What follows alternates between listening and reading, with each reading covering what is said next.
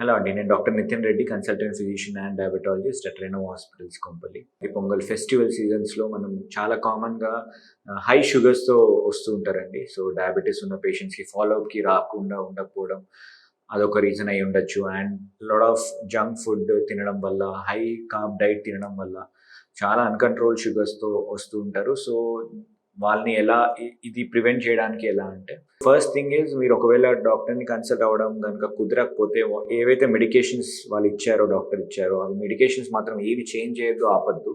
అది first thing.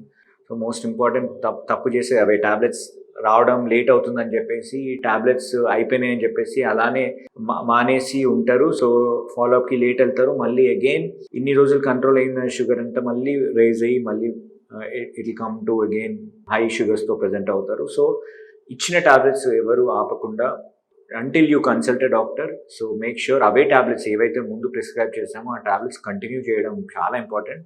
So, అది కూడా అంటే ఒక 1 మంత్ డిలే అయితే you can continue. But make sure you visit as early as possible.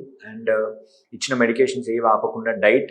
So, in case ఏదన్నా any festival or any function ఉంటే, so try to avoid high carb diet. At least sweet sugars avoid చేయండి. Rice కొంచెం ఎక్కువ తింటే next day try to balance by avoiding rice the other day.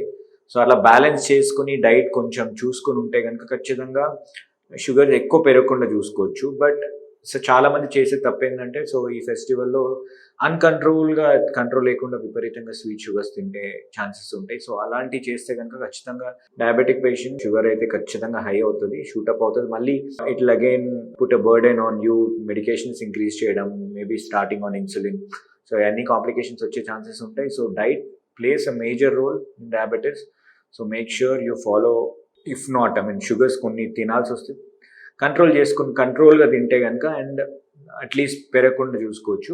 And try to balance it. ఒకవేళ ఒక ఫంక్షన్కి తినాలి వచ్చింది, so try to avoid sugars for next 1 week. And ఒకరోజు రైస్ ఎక్కువ తింటే next day try to avoid. అలాంటి balance చేసుకుంటే ఖచ్చితంగా ఎక్కువ షుగర్స్ పెంచకుండా ఉండొచ్చు. అండ్ మనం తినే ఫుడ్లో కూడా యూ కెన్ చూస్. ఆ ఫుడ్లో మీకు కనిపించిన దాంట్లో ఏ ఫుడ్ తినాలి. ప్రోటీన్ ఫుడ్స్ ఆబ్వియస్లీ ఎక్కువ తింటే మంచిది.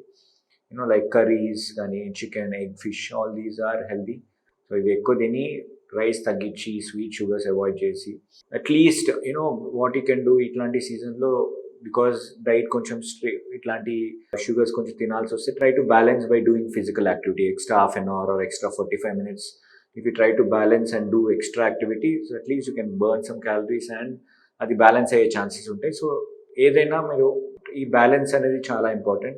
చాలా ఈ మాన్సూన్లో ఇదే మేజర్ మిస్టేక్ అవుతుంది. అంటే diabetic patients they come late and they don't follow strict diet. దానివల్ల హై షుగర్స్తో వస్తారు. సో ఇది ప్రివెంట్ చేయడానికి most important is try to continue what ever medication they doctor prescribe you.